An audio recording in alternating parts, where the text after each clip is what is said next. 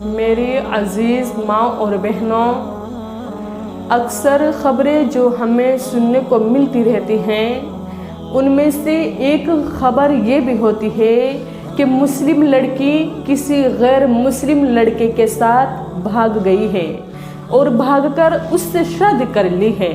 تو اس کی کیا وجہ ہے کہ جو روزمرہ ہمارے کانوں سے یہ بات ٹکراتی رہتی ہے کہ فلاں گاؤں میں، فلاں قصبے میں، فلاں شہر میں وہ لڑکی فرار ہو گئی، وہ مسلم لڑکی غیر مسلم لڑکے کے ساتھ چلی گئی۔ تو ایسا کیوں ہو رہا ہے؟ آج ہمارے معاشرے میں ایسا کیوں ہو رہا ہے؟ کیا وجہ ہے اس کی؟ پہلی تو وجہ اس کی یہ ہے کہ جو ہمارے گھرانے کی لڑکیاں ہوتی ہیں، بچیاں ہوتی ہیں، ہم نے ان کو دین تعلیم ہی نہیں سکھایا، ان کو دین کی تعلیم ہی نہیں دی، اور ان کو تو یہ بھی معلوم نہیں ہوتا کہ ہمارے نبی کون ہیں۔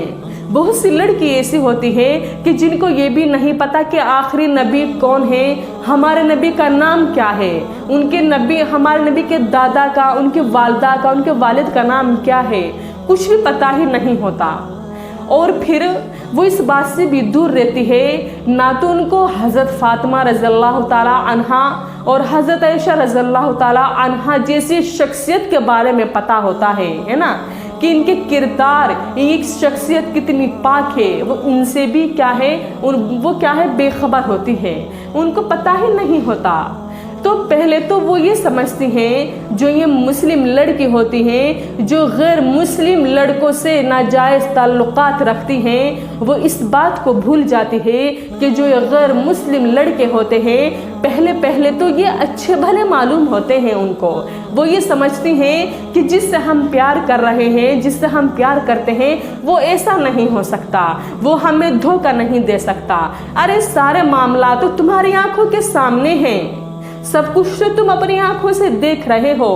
وہ پہلے تو بہلا پھسلا کر اپنے جال میں پھنسا لیتے ہیں مسلم لڑکیوں کو، اور پھر اپنی نفسانی خواہشات پورا کر کے ان کو چھوڑ دیا جاتا ہے۔ وہ غیر مسلم لڑکے مسلم لڑکیوں کو ایسے موڑ پر لا کر چھوڑتے ہیں کہ نہ تو وہ اپنے ماں باپ کے ساتھ رہ سکتی ہے، اور نہ ہی پھر جسے اس نے پسند کیا تھا وہ بھی اپنا مطلب پورا کر کے اسے چھوڑ کر چلا جاتا ہے، ان کی زندگی کو خراب کر کے چلا جاتا ہے۔ تو میں مؤدبانہ میں درخواست کرتی ہوں، التجا کرتی ہوں اپنے مسلم بہنوں سے، جو غیر مسلم لڑکوں سے ناجائز تعلقات رکھتی ہیں، وہ ذرا ہوشیار ہو جائیں، وہ جاگ جائیں، وہ بیدار ہو جائیں کہ یہ ان کے لیے ٹھیک نہیں ہے۔ اور ہاں، اگر تمہیں کسی غیر مسلم لڑکے سے پیار ہے، محبت ہو گئی اور تم شادی کرنا بھی چاہتی ہو تو تم شادی کر سکتی ہو۔ اسلام نے اس کا بھی طریقہ بتایا ہے کہ مسلم لڑکی غیر مسلم لڑکے سے شادی کیسے کر سکتی ہے، اسلام نے اس کا طریقہ بھی بتایا ہے۔ پہلے تو اسے اسلام قبول کرنے کے لیے بولو، پھر کہ وہ قرآن کو سیکھے اور پڑھے اور تمہارے حقوق کی ادائیگی کرے، ہے نا، تمہارا ہر طرح سے وہ خیال رکھے۔ پھر جب وہ مطمئن ہو جائے کہ اسلام اچھا مذہب ہے تو تم اس سے شادی کر سکتی ہو۔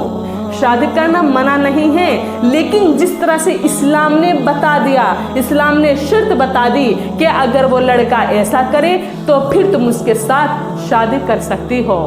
نہیں تو اگر تمہیں اس طرح سے بہلا پھسلا کر اپنی نفسانی خواہشات کو پورا کر کے تمہیں چھوڑ دیا جاتا ہے تو اس بات سے ہوشیار ہو جاؤ، ایسا قدم نہ اٹھاؤ۔